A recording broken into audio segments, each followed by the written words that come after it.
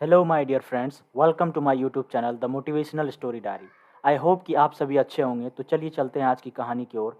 कहानी का नाम है द लास्ट एफर्ट, आखिरी प्रयास। यह एक प्रेरणादायक कहानी है। यह कहानी हमारे द्वारा निरंतर प्रयास करने की, कठिन परिश्रम के महत्व को दर्शाती है एवं हमें जीवन में सफलता प्राप्ति हेतु कठिन परिश्रम करने के लिए भी प्रेरित करती है। कहानी कुछ इस प्रकार है। एक बार की बात है, एक राज्य में एक प्रतापी राजा राज करता था। एक दिन उसके दरबार में एक विदेशी आगंतुक आया और उसने राजा को एक सुंदर पत्थर उपहार स्वरूप प्रदान किया। राजा वह पत्थर देख बहुत प्रसन्न हुआ। उसने उस पत्थर से भगवान विष्णु की प्रतिमा का निर्माण कर उसे राज्य के मंदिर में स्थापित करने का निर्णय लिया और प्रतिमा निर्माण का कार्य राज्य के महामंत्री को सौंप दिया। महामंत्री गांव के सर्वश्रेष्ठ मूर्तिकार के पास गया और उसे वह पत्थर देते हुए बोला, महाराज, मंदिर में गांव भगवान विष्णु की प्रतिमा स्थापित करना चाहते हैं। 7 दिवस के भीतर इस पत्थर से भगवान विष्णु की प्रतिमा तैयार कर राजमहल पहुंचा देना। इसके लिए तुम्हें 100 स्वर्ण मुद्राएं दी जाएंगी। 100 स्वर्ण मुद्राओं की बात सुनकर मूर्तिकार खुश हो गया और महामंत्री के जाने के उपरांत प्रतिमा का निर्माण कार्य प्रारंभ करने के उद्देश्य से अपने औजार निकाल लिए। अपने औजारों में से उसने एक हथौड़ा लिया और पत्थर तोड़ने के लिए उस पर हथौड़े से वार करने लगा, किंतु पत्थर जस का तस रहा। मूर्तिकार ने हथौड़े के कई वार पत्थर पर किए, किंतु पत्थर नहीं टूटा।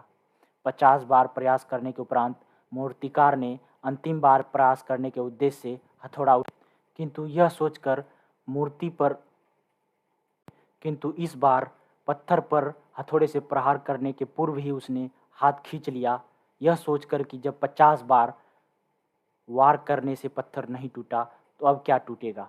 वो पत्थर लेकर वापस महामंत्री के पास गया और उसे यह कह वापस कर आया कि इस पत्थर को तोड़ना नामुमकिन है, इसलिए इससे भगवान विष्णु की प्रतिमा नहीं बन सकती।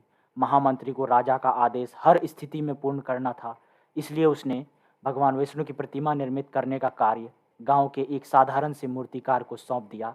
पत्थर लेकर मूर्तिकार ने महामंत्री के सामने ही उस पर हथौड़े से प्रहार किया और वह पत्थर एक बार में ही टूट गया। पत्थर टूटने के बाद मूर्तिकार प्रतिमा बनाने में जुट गया। इधर महामंत्री सोचने लगा कि काश पहले मूर्तिकार ने एक अंतिम प्रयास और किया होता तो सफल हो गया होता और ये 100 स्वर्ण मुद्राएं भी उसकी होती, इसका वो हकदार बनता। दोस्तों, कहानी का यही अंत होता है।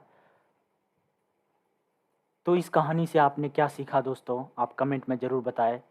मैं आपको बताना चाहूँगा कि इस कहानी से हमें ये सीख मिलती है कि हमें अपने जीवन में जो भी करना चाहिए कठिन परिश्रम के साथ करना चाहिए, तभी हमें जो चाहिए वो मिलेगा, हम उस पे सफल होंगे। और मैं ये भी बताना चाहूँगा, हम भी अपने जीवन में कभी न कभी ऐसी परिस्थितियाँ ज़रूर देखी होंगी जहाँ कई बार किसी कार्य को करने के पूर्व या किसी समस्या के सामने आने पर उसका निराकरण करने के पूर्व ही हमारा आत्मविश्वास डगमगा जाता होगा। आपका आत्मविश्वास डगमगा रहा है, हम प्रयास किए बिना ही हार मान लेते हैं। कई बार हम 1-2 प्रयास में असफल हो जाते हैं, तो उस असफलता मिलने पर आगे प्रयास करना ही छोड़ देते हैं, जबकि हो सकता है कि कुछ प्रयास और करने पर कार्य पूरा हो जाए या हमारी समस्या का समाधान हो जाए।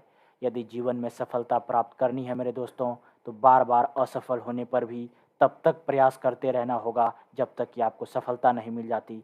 जिस प्रयास को करने के पूर्व हम हाथ खींच ले, क्या पता वही प्रयास आपको आपकी सफलता का रास्ता दिखा दे, आपको आपकी सफलता से मिला दे।